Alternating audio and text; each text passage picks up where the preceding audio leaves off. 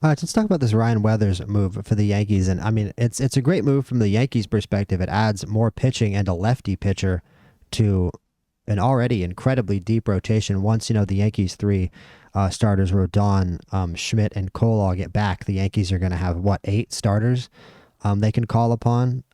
Seventh overall pick in 2018. Really great fastball velocity is what he's known for, and I would suspect that the Yankees are going to encourage him to throw that fastball more. I also think they're going to encourage him to throw his sinker more. I think the Yankees can get improvements from this kid beyond what he's already done, and his last 2 seasons have been, impressive, even though it's been small sample sizes.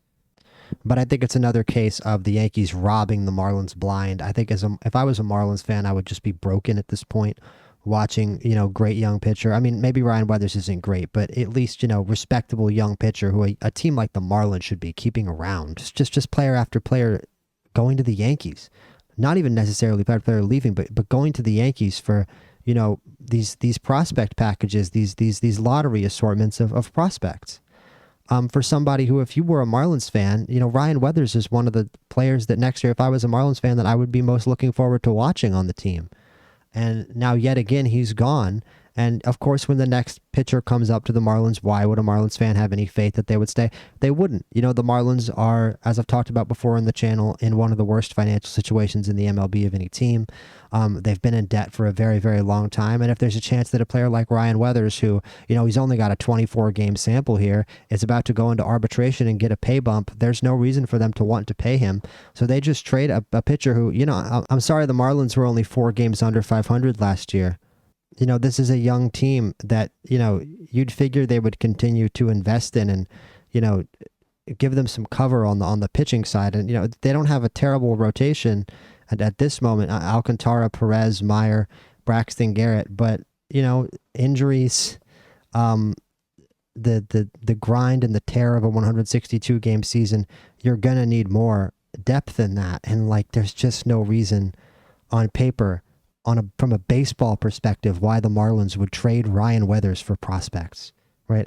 It's a little more salvageable because the Yankees aren't in your league, but who cares? It's from a Marlins fan. If I was a Marlins fan at this point, I'd be going completely loony. I would have no hope at all. This isn't the straw that broke the camel's back by any means. I think the camel's back has been broken for a while in this regard, but with resources like the Yankees, teams like the Dodgers have, and how big of a gap it seems to be now between teams like the Dodgers and teams like the Yankees and teams like the Marlins, I wonder how long it's going to be until we see another team with the resources the Marlins have really compete. Because at this point, teams like the Marlins, teams like the Pirates, and sadly, even teams like the Reds, who I think had a very respectable roster last year, they ultimately just become effectively minor league teams, or to use a soccer term, a feeder club, a feeder team for the larger teams in the league, like the Yankees and like the Dodgers. And there's a reason why people are coming to, Pirates games, or Pirates fans are coming to Pirates games and Paul Skeens Yankees jerseys. And I don't think that's going to change. But it's hard for me to imagine being a GM in a division like the NL East and going this far out of your way to hurt your own depth just so you can trade another one of your team's most respectable players to the Yankees. And you can forgive me for being a Yankee fan and always looking at the Marlins roster and looking at the Pirates roster as if it was just essentially free pickings for my favorite team. Looking at a player like a Kyle Stowers, looking at a player like a Xavier Edwards, that's a switch hitter. He's a 2-hitter, 2.5 WAR. That's not bad. First round pick. Hey, we need a middle infielder, right? We could use a shortstop. I'm sorry, you can forgive me. Christopher Morel's only 26. Hey, if he has a good year, he's there for us too. What do you mean? We could use third base. Dude, being a Marlins fan must suck. Seriously, genuinely. Like and subscribe for more baseball content.